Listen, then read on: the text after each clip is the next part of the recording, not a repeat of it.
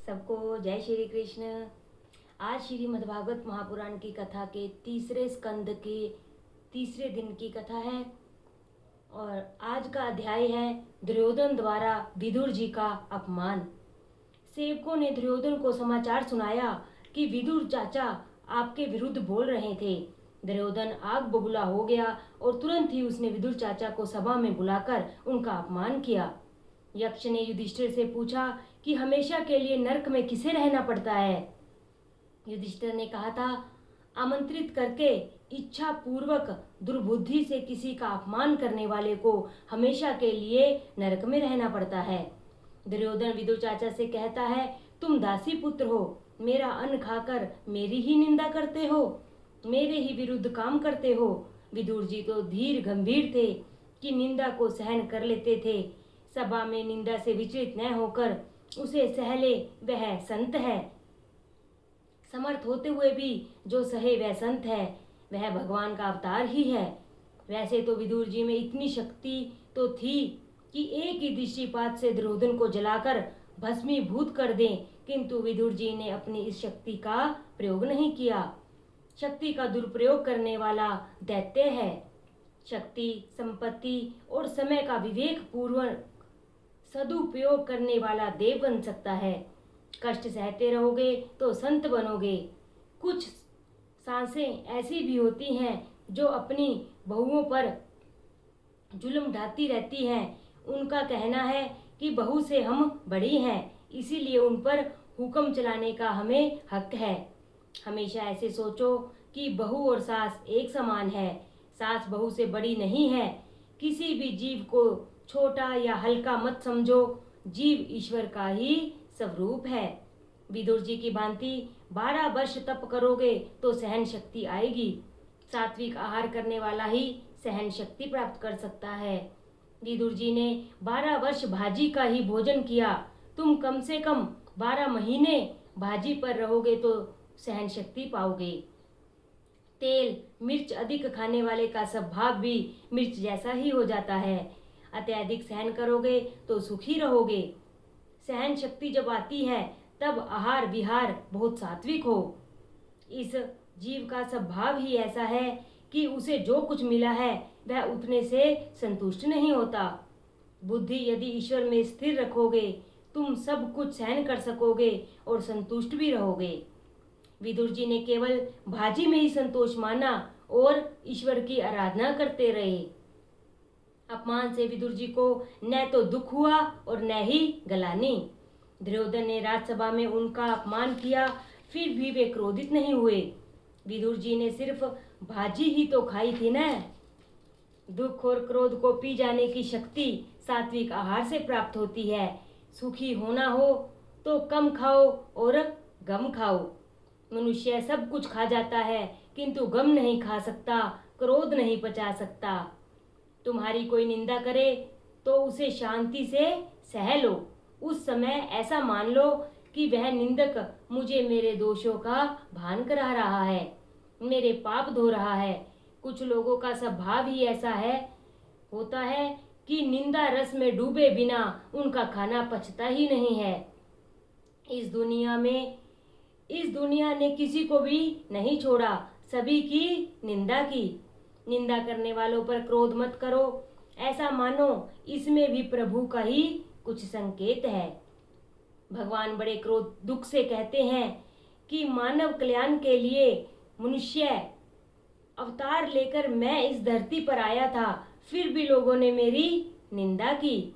विदुर जी भी अपमान में प्रभु की कृपा का ही अनुभव करते हैं। विदुर जी ने सोचा कि दुर्योधन मेरी निंदा नहीं कर रहा है, अपितु उसके अंदर बसे हुए नारायण मुझे कौरवों का कुसंग छोड़ने का आदेश दे रहे हैं।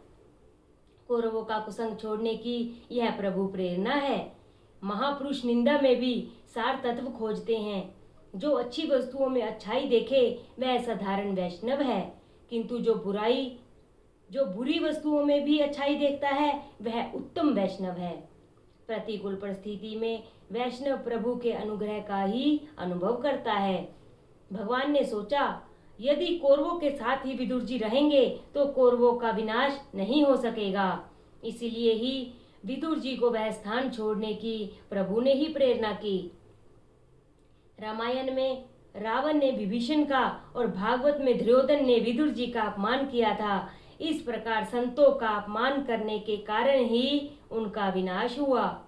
कुटुंब में कम से कम एक ही व्यक्ति पुण्यशाली हो तो उस कुटुंब का नाश नहीं हो सकता, कोई उसका अहित नहीं कर सकता। विदुर जी के जाने से कौरवों का सर्वनाश हुआ। विभीषण के जाने से लंका के रावण और अन्य सभी राक्षसों का संहार हुआ। दुर्योधन ने सेवकों को आज्ञा दी कि इस विदुर को धक्के मारकर बाहर निकाल दो, किंतु विदुर जी समझ बूझकर पहले ही घर से निकल गए। धनुष बाण भी वहां छोड़ गए। कौरवों को इस प्रकार उपदेश दिया गया था कि पांडवों के साथ धनुष बाण लेकर मत लड़ो, अगर लड़ना ही हो तो वाणी से लड़ो। अगला अध्याय है विदुर जी का तीर्थाटन। विदुर जी तीर्थ यात्रा के लिए चल पड़े। धृतराष्ट्र द्वारा भेजा गया धन उन्होंने लौटा दिया। आवश्यकताएं कम करते जाओगे तो पाप भी घटते रहेंगे और जरूरत बढ़ाओगे तो पाप भी बढ़ते ही रहेंगे। प्राप्त स्थिति से असंतोष का अनुभव ही मनुष्य को पाप करने की प्रेरणा देता है। इसलिए तो कहा है, पाप का पिता असंतोष और लोभ है। जो पाप नहीं करता वह पुण्य ही करता है। विदुर जी 36 वर्ष की यात्रा करने निकले, किंतु अपने साथ उन्होंने कुछ भी नहीं लिया। जबकि आजकल के लोग यात्रा करने निकलते हैं तो 36 चीजें साथ लेकर जाते हैं। अपनी जरूरत की लंबी लंबी सूची बनाते हैं और इसमें से कोई चीज बाकी न रह जाए, इसके लिए पूरी पूरी कोशिश करते हैं। यात्रा का अर्थ है याति त्राति, इंद्रियों को प्रतिकूल विषयों से हटाकर अनुकूल विषयों में लगा देना ही यात्रा है। तीर्थ यात्रा उसी की सफल होती है जो तीर्थ जैसा ही पवित्र होकर वहां से लौटता है। केवल यात्रा करने से ही पुण्य नहीं हो जाता। कई बार तो मनुष्य यात्रा करते करते पाप की गठरी भी बांध कर आता है। यात्रा विधि पूर्वक करनी चाहिए। विधि पूर्वक यात्रा करने से ही पुण्य प्राप्त होता है। यात्रा करने के लिए निकलने से पहले प्रतिज्ञा करनी चाहिए कि मैं अब ब्रह्मचर्य का पालन करूंगा, कभी क्रोध नहीं करूंगा, असत्य नहीं बोलूंगा, व्यर्थ भाषण नहीं करूंगा। ऐसी प्रतिज्ञा करने के पश्चात ही यात्रा का आरंभ किया जाए। आजकल तो धन संपत्ति बढ़ जाने पर धनिक लोग यात्रा के नाम पर घूमने फिरने निकल पड़ते हैं। इस तरह तो कोआ भी काशी मथुरा का चक्कर लगा लेता होगा। तीर्थों के सच्चे साधु संतों, ब्राह्मणों की निंदा करने वालों को तीर्थ यात्रा का पुण्य प्राप्त नहीं हो सकता। साधु संतों के प्रति सद्भाव न हो तो तीर्थ यात्रा विफल रहती है। गुरु शब्द का अपभ्रंश है गौर। कुछ ऐसे भी लोग हैं जो गौर को पत्र लिखकर सूचना देते हैं कि हम इतने व्यक्ति यात्रा के लिए आ रहे हैं, इसलिए भोजन आदि की व्यवस्था कर देना। तीर्थ के गौर आपके नौकर नहीं हैं।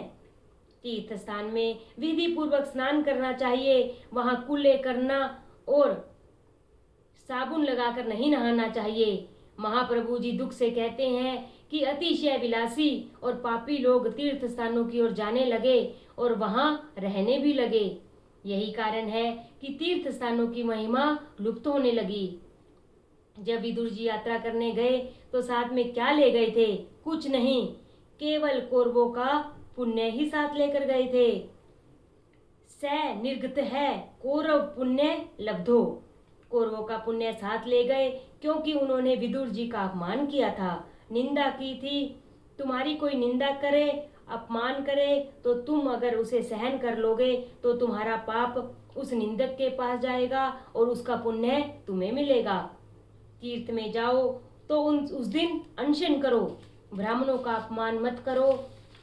सच्चे साधु संत ब्राह्मणों का अपमान करने से तीर्थ यात्रा विफल रहती है। अनशन करने से शरीर की शुद्धि होती है, पाप जल जाते हैं और सात्विक भाव जागृत होता है। विदुर जी प्रत्येक तीर्थ में अनशन करते थे और विधि पूर्वक स्नान करते थे। यात्रा किस प्रकार की जाए, इस विषय में विदुर जी कहते हैं कि पृथ्वी पर वे अवधूत वेश में परिभ्रमण करते थे, जिससे स्नेही संबंधी उन्हें पहचान न सकें। शरीर का श्रृंगार भी नहीं करते थे। वे अल्प मात्रा में बिल्कुल पवित्र भोजन करते थे, शुद्ध वृत्ति से जीवन निर्वाह करते, प्रत्येक तीर्थ में स्नान करते, भूमि पर ही शयन करते और भगवान जिनसे प्रसन्न हो सके ऐसे व्रत करते थे। संत तीर्थ को पावन करते हैं। भारद्वाज मुनि स्नान करने के लिए आते थे तो गंगा जी 25 सीढ़ियां ऊपर आ जाती थी। गंगा जी को ज्ञात था कि और लोग तो अपने पाप मुझे देने के लिए आते हैं, जबकि भारद्वाज मुनि तो मुझे पावन करने के लिए आते हैं। अति संपत्ति अनर्थ का मूल है। इसी कारण भगवान ने सुवर्ण की द्वारिका जल में डुबो दी थी। द्वारिका में भगवान की मूर्ति मनोहर है, उसका स्वरूप अद्भुत है, देखते रहने पर भी मन तृप्त नहीं होता। द्वारिकाधीश का दर्शन लोगों को अवश्य करना चाहिए। काशी का महत्म्य भी अधिक है। काशी के प्रमुख देव हैं भैरवनाथ, विश्वेशम माधवम, धुंडी दंडपाणिम च भैरवम। इस श्लोक का नित्य पाठ करने से काशीवास का फल मिलता है। काशी में 9 मास रहने वाले का पुनर्जन्म नहीं होता। काशी के मणिकर्णिका घाट पर यह श्लोक लिखा हुआ है, मरणम मंगलम अत्र, सफलम जीवनम अत्र। शिवजी ज्ञान के मुख्य देव हैं। काशी में ज्ञान शीघ्र ही सिद्ध होता है। ज्ञान पाना चाहते हो तो तुम्हें शमशान में रहना पड़ेगा। शमशान ज्ञान भूमि है। शमशान में रहने की नहीं, उसे सदा याद करते रहने की आवश्यकता है। दिन में 3-4 बार शमशान को याद करते रहोगे तो बुद्धि में परिवर्तन होगा। कल्पना करो कि तुम काशी में ही रहते हो, यहाँ बैठकर मन से ही गंगा स्नान करो। कलयुग में तो मन से सत्कर्म करने वालों को भी पुण्य मिलता है। तीर्थ क्षेत्रों में गया जी पितृ गया प्रसिद्ध तीर्थ है। वहाँ अनेक श्राद्ध करने होते हैं। प्रथम श्राद्ध फल्गु नदी के किनारे किया जाता है और अंतिम श्राद्ध अक्षय वट तले करना होता है, जहाँ की करारविंद और पदारविंद वाले बाल कृष्ण निवास करते हैं। श्राद्ध क्रिया कराने वाला पुरोहित किसी एक वस्तु का त्याग करवाता है और भगवान से कुछ मांगने को कहता है। पहले कुछ त्याग किया जाए, फिर उसके बाद ही कुछ मांगा जाए। जो भगवान के लिए कुछ त्याग करता है उसे ही उनसे मांगने का अधिकार मिलता है। अधिकतर लोग अपनी जिस वस्तु से रुचि न हो उसे ही छोड़ने की प्रतिज्ञा करते हैं। खाने पीने की सामान्य चीज छोड़ने की प्रतिज्ञा अधिकतर लोग करते हैं, किंतु इस तरह साग सब्जी या फल आदि के त्याग से कोई लाभ नहीं होगा। यदि पाप और विकार का त्याग करोगे तो लाभ होगा। ऐसा कहो कि काशी विश्वनाथ के दर्शन करके मैंने काम छोड़ दिया और गोकुल मथुरा की यात्रा में क्रोध को त्याग दिया। एक एक तीर्थ में एक एक पाप छोड़ दो, एक एक त्याग करो। प्रभु के लिए अति प्रिय वस्तु का त्याग करोगे तो वे प्रसन्न होंगे। काशी ज्ञान भूमि है, अयोध्या वैराग्य भूमि है, व्रज प्रेम भूमि है। व्रज भूमि में कृष्ण प्रेम भरा हुआ है। नर्मदा का किनारा तपोभूमि है। नर्मदा के किनारे पर ज्ञान वैराग्य और भक्ति तीनों सिद्ध हो सकते हैं। तीर्थ में क्रोध मत करो। तीर्थ में ब्रह्मचर्य आदि व्रतों का पालन करोगे तभी तीर्थ यात्रा का फल मिलेगा। यात्रा करते हुए विदुर जी यमुना किनारे वृंदावन आए। ठाकुर जी की कृपा से तुम्हें समय मिल सके तो 4 मास वृंदावन में रहकर प्रभु भजन करो। कन्हैया व्रज में नंगे पांव घूम रहा था। यशोदा ने समझाया कि नंगे पांव वन में घूमने से कांटे कंकड़ चुभ जाएंगे, इसीलिए पग रखा पहन कर जा। तो कन्हैया ने कहा कि गायों की सेवा करने के लिए ही तो मैं आपके घर आया हूँ। गत जन्म में मैं राजा के घर में राम बनकर जन्मा था तो मुझे किसी ने गौ सेवा का अवसर नहीं दिया, इसलिए मैंने सोचा अब भविष्य में मैं किसी गोपाल के घर जन्म लूंगा और गौ सेवा करूंगा। जब वे 5 वर्ष के बालक थे तभी से गायों को खिलाने के बाद खाने का उनका नियम था। कन्हैया ने कहा मेरी गायों के पैर भी तो खुले ही हैं, तो फिर मैं ही कैसे पग रखे पहन सकता हूँ। लाला के यूं तो कई नाम है, किंतु एक वैष्णव ने कहा मुझे तो गोपाल कृष्ण नाम ही बड़ा पसंद है। कृष्ण व्रज में खुले पांव फिरते हैं, इसलिए व्रज रज अति पावन है। द्वारिका में तो राजा थे, अतः खुले पांव घूम नहीं सकते थे। विदुर जी ब्रज के कृष्ण रमन से पवित्र रज में लौटते हैं। रमन रेती में गोपियों की चरण रज है। विदुर जी कृष्ण की मंगलमय लीलाओं का चिंतन करते हैं। यमुना के किनारे लौकिक बातें करना पाप है। यह भूमि अतिशय पवित्र है। श्री कृष्ण यहाँ गाय चराने आते थे। ब्रज की लीला नित्य है। भागवत के प्रमुख टीकाकार श्रीधर स्वामी ने कहा था कि भगवान का नाम, लीला, स्वरूप, धाम, परिकर नित्य है। आज भी भगवान श्री कृष्ण ब्रज में प्रतिदिन लीला करते हैं। भगवान कहते हैं कि जगत के किसी भी स्त्री, पुरुष, जड़, चेतन वस्तु में आनंद नहीं है। तुम मेरे पास आओ, मैं ही आनंद स्वरूप हूँ। श्री कृष्ण आनंद स्वरूप हैं। विदुर जी ने अनुभव किया कि श्री कृष्ण गायों को लेकर यमुना के किनारे आए हैं। वह कदम्ब का वृक्ष है। वैष्णवी से टेर कदम्ब कहते हैं। कदम्ब पर झूलते हुए श्री कृष्ण बंसी बजाते हैं और अपनी प्यारी गायों को बुलाते हैं कि हे गंगी, हे गोदावरी आओ। विदुर जी की ऐसी भावना थी कि वे लीला को प्रत्यक्ष देखें, इसीलिए उन्हें यह सब अनुभव हुआ। गायों के बीच खड़े हुए गोपाल कृष्ण का ध्यान करो। ऐसे कृष्ण का ध्यान करने से तन्मयता शीघ्र प्राप्त होती है। इंद्रियों का विवाह परमात्मा के साथ करो, विषयों के साथ नहीं। भगवान का एक नाम है ऋषिकेश। उसका अर्थ है ऋषिक माने इंद्रियां और ईश का अर्थ है स्वामी। इंद्रियों के स्वामी श्री कृष्ण है। ये 5 इंद्रियां सच्चे पति नहीं है। इंद्रियां पति होना चाहती हैं। संसार का कोई भी रूप जब तक आंख देखती रहेगी तब तक नींद नहीं आती। इसका अर्थ है कि रूप आंखों का पति नहीं है। विदुर जी सोचते हैं कि मेरी अपेक्षा ये पशु श्रेष्ठ हैं जो परमात्मा से मिलने के लिए आतुर होकर दौड़ते हैं। गायें भी कृष्ण मिलन के लिए व्याकुल हैं। धिक्कार है मुझे कि अभी तक मुझ में श्री कृष्ण मिलन की तीव्र इच्छा उत्पन्न नहीं हुई है। गायें दौड़ती हैं और मैं पत्थर सा बैठा हुआ हूँ। उनकी आंखें प्रेमाश्रु से गीली हो गई। ऐसा प्रसंग कब आएगा कि मैं भी इन गायों की भांति कृष्ण मिलन के लिए दौड़ लगाऊंगा। वे कृष्ण लीला का चिंतन करते हुए कृष्ण प्रेम में पागल हो गए हैं, अति तन्मय हो गए हैं। किसी भी तरह जगत को भूल जाओ और प्रभु प्रेम में तन्मय हो जाओ। सभी साधनों का यही रहस्य है।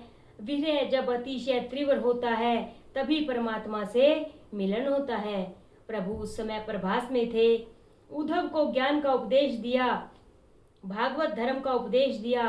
फिर उद्धव से बद्रिकाश्रम जाने को कहा तो उद्धव ने कहा कि अकेले जाने में मुझे डर लगता है, आप भी मेरे साथ चलिए।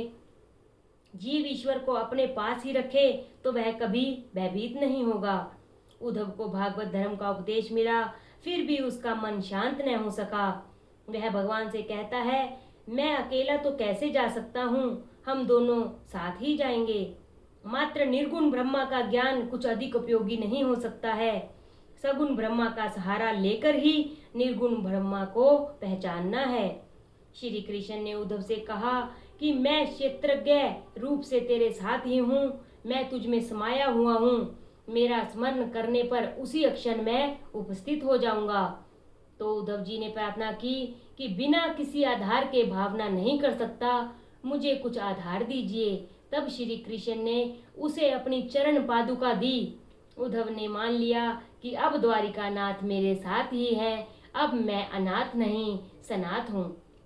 ये पादुकाएं नहीं, प्रत्यक्ष प्रभु ही मेरे साथ हैं। उद्धव जी का प्रभु के प्रति प्रेम इतना प्रगाढ़ था कि भगवान की पादुका में भी वे प्रभु का ही दर्शन करते थे। उन्होंने अपने मस्तक पर पादुकाएं रख ली। मस्तक बुद्धि प्रधान है, इस पर प्रभु को बिठलाने से तुम्हारे मन में कोई विकार नहीं घुसेगा। शुकदेव जी कहते हैं, राजन, उद्धव जी बद्रिकाश्रम में जा रहे थे। उनको मार्ग में यमुना जी और ब्रज भूमि के दर्शन हुए। मेरे ठाकुर जी की यही लीला है। तीर्थ स्थान में मात्र स्नान करने से मन पूरा शुद्ध नहीं होता, वहां बसे हुए किसी भजनानंदी संत का सत्संग करने से मन और अधिक शुद्ध होता है। उद्धव जी ने सोचा कि मैं यहाँ कुछ दिन रहूंगा और किसी संत का, किसी वैष्णव का सत्संग करूंगा।